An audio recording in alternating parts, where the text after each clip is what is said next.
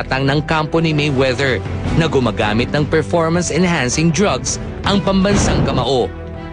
Maliban kay Floyd Jr., dawit rin sa kaso ang ama nitong si Floyd Sr., ang tiyuhin at trainer niyang si Roger, at ang mga executives ng Golden Boy Promotions na sina Oscar De La Hoya at Richard Schaefer. The suit, which was filed in a federal district court in Las Vegas, Nevada, is asking $75,000 plus punitive damages from the defendants. Naglabas na rin ng pahayag ang People's Champ hinggil sa naturang issue. Sa kanyang online column sa philboxing.com, sinabi ni Pacquiao, and we quote, "Hindi ko palalampasin ang kasalanan ito ni Mayweather. Parurusahan at papapanagutin ko si Mayweather sa korte at maging sa ibabaw ng ring kung sakali mang kami ay magkakaharap." Dahil din sa mga kasinungalingang isiniwalat ng mga executives ng Golden Boy Promotions na may pakana ng marami sa gulong ito, aking patutunayan sa takdang panahon na hindi natutulog ang hustisya. Unquote.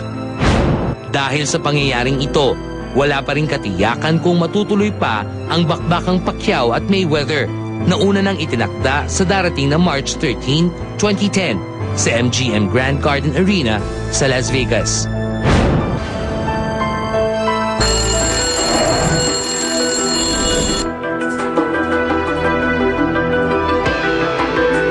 Okay, para sa aming kauna-unahang question para sa Talakathon 2010, ang tanong ay manggagaling kay Marcelo Carrion.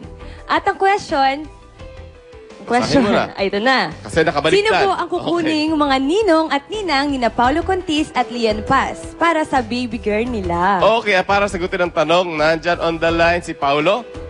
Paulo. Hello. Yes. Hello, good afternoon. Daddy Paulo, kumusta ka na? Happy New Year? Okay naman, Happy New Year. Okay, yung tanong ni Marcelo Carrion, okay, sino ba ang mga kukunin yung ninong at ninang para sa inyong magiging baby girl? Ay, wala. Meron na kaming mga in mind, pero hindi pa final yung pagkaka-decide na. Pero for sure, nandyan siyempre si Ding Dong, si Marian, si paring Benji Paras. Para lahat ng mayayaman, ano? Siyempre. Okay. Siyempre, kailangan yun.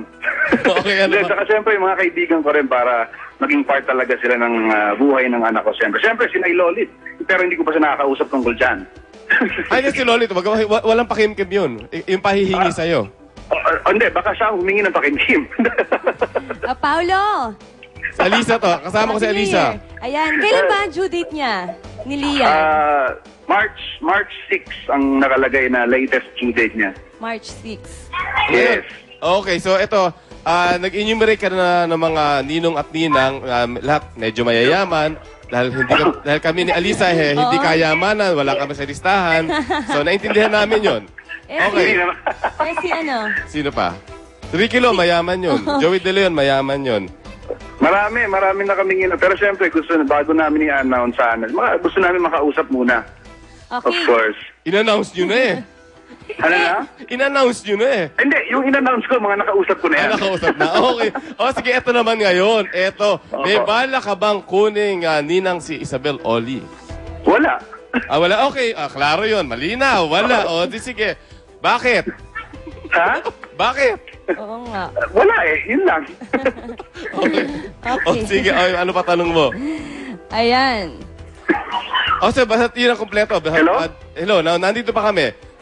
Ikaw naman? Thank you. Wala na question. Wala na. Nabanggit lang Isabel Oli. Nangarag ka na dyan. Okay. Oo nga. Maraming salamat. Sorry, medyo choppy kayo. Okay. Maraming salamat. Congratulations ngayon pa lang kay Lian at saka syempre kay Paulo Contis for their baby girl na dadating sa March. Ayan. Okay, Alisa, thank you, Paulo. Ayan, marami pa po kayong dapat abangan. Magbabalik pa ang Star Talk.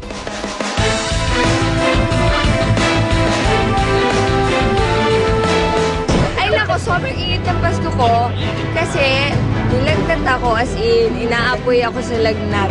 Swear. Inulan ng intriga si Christine Reyes nang dumating ito with a dashing escort sa Metro Manila Film Festival Gabi ng Parangal. Marami tuloy ang nagtatanong kung ang binatang artista nga ba ang ipinalit nito kay Dennis Trillo. Si Christian. Si Christian. Teka, late na daw sabi ni Tolas. Pakilala ka. Pinsan ko. Pinsan na. Pinsan nga. Pinsan ko. Pinsan mo yun. Ate ko. Tara na. Oo, magpinsan kami. Magpinsan kami! Hindi, pinsan ko siya po talaga. Wala lang issue sa love life. Ayoko na yan. Ayoko pag-usapan yung love life. Kahit lang tayo, guys. Wala akong love life. Pero may lalaki sa buhay ni Christina. Ko naman, trust me, I'm single. Pwede action na lang na ayaw ko na mapag-usapan ni Dennis. O, di okay kasi ganun din naman ako eh. Para matapos na yung sa aming dalawa. Samantala, pinag-uusapan din ang umunoy di nila pagpapansinan ni Heart Evangelista sa naturang awards night. Si Christine ang isa sa mga presenters ng Best Supporting Actress Award na napanalunan ni Heart. Hindi kami nagkaiwasan. No, hindi kami nag-iwasan. Ano ba nangyari? Nangyari kasi noon, sobrang dami nagpapapicture. So, wala kaming chance na magkasalubong and kasi lahat din naman, hindi lang naman kaming dalawa, lahat din ng artista. So how do you feel? Well, funny naman. That's what a coincidence. I mean, it's a New Year. It's not a good sign. Hindi kami nagkasalubong eh. So, Sinabi ko nga nung una na if ever man na makasalubong ko siya, ako unang babati sa kanya. No, sana sa New Year, bagong issue na wala ng iwan na natin lahat ng issue sa 2009. Dating kasintahan ni Katrina Halili na si Chris Lawrence. Binabalikan nga ba si Katrina? Abangan! Si Chris, nandiyan naman po siya, hindi naman po siya nawawala. Pagiging close ni Maxine Magalona kay JC Tuseco, malaking tulong daw para maibsan ang kalungkutan niya noong mawala ang amang si Francis M. Abangan! Papa passed away, parang ang laki nung void na na-feel niya na... Siyempre, flattered ako doon kasi at least happy siya na kasama ako. Di nakahuling tampuhan ni na Chris Aquino at James Yap. Ano nga ba ang tunay na dahilan? Ang latest update sa huling away ng mag-asawa, ilalahad ni Ricky Lo. Abangan! Sa pagpasok ng bagong taon, alamin ang prediksyon patungkol sa mga kontrobersyal na showbiz personalities at mga isyong posibleng maglitawan. Ngayong 2010, ihahatid yan sa atin ng mga showbiz experts. Abangan!